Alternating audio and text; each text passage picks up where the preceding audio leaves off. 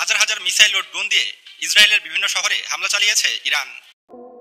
মুহূর্তে ড্রোন হামলায় চোখে মুখে অন্ধকার দেখছে ইসরায়েল। তেহরান থেকে ছুটছে শত শত ড্রোন। তেহরান থেকে আকাশে ছুটছে শত শত ড্রোন। উদ্দেশ্য ইসরায়েলের আকাশসীমা। মধ্যপ্রাচ্যে আকাশে আবারও যুদ্ধের ছায়া।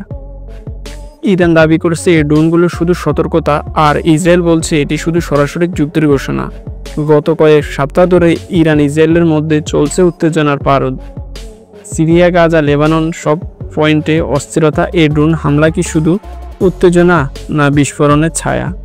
বিশ্লেষকরা বলছে এই ঘটনা পরিণত হতে পারে আরব বিশ্বে আরও একটি নতুন সংঘাতের সূচনা। প্রশ্ন একটাই, কে থামাবে এই যুদ্ধের?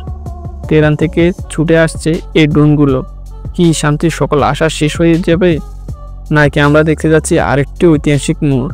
মধ্যপ্রাচ্যের আকাশে যেন আজকাল আর শান্ত থাকছে না। মুহূর্তের ড্রোন হামলা, চোখে মুখে অন্ধকার দেখছে ইসরায়েল। সাম্প্রতিক সময় ইরানও তার মিত্রগোষ্ঠী থেকে পাঠানো ড্রোন ও ক্ষেপণাস্ত্র আর রকেট হামলা যেন এক প্রকার নতুন যুদ্ধের কৌশল হিসেবে প্রতিচ্ছবি দেখা দিচ্ছে। আকাশপথে নিঃশব্দ দিয়ে আসছে এই ড্রোনগুলো, আর এখন ইসরায়েলের জন্য সবচেয়ে বড় মাথার ব্যথা। ইসরায়েলের আয়রন ডোম প্রতিরক্ষা ব্যবস্থাকে ফাঁকি দিয়ে একের পর এক নিশানা লাগাচ্ছে সুস্পষ্টভাবে। বিশ্লেষকদের মতে এটি কেবল একটি সাময়িক উত্তেজনা নয়, এটি দীর্ঘস্থায়ী আঞ্চলিক সংঘর্ষের পূর্বাভাস।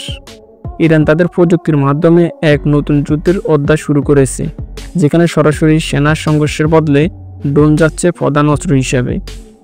একের পর এক আঘাত আনছে ইসরায়েল কৌশলগত দুর্বলকে প্রকাশ করেছে। শুধু সাময়িক নয়, সংঘাতের প্রভাবে পড়ছে দেশের সাধারণ মানুষের মানসিক স্বাস্থ্যের ঝুঁকি। কবে থামবে ড্রোন যুদ্ধ? কোথায় গিয়ে দাঁড়াবে ইরান ইসরায়েলের উত্তেজনা? আন্তর্জাতিক কূটনৈতিক মহলে এখন তাকিয়ে আছে মধ্যপ্রাচ্যের ভবিষ্যতের দিকে।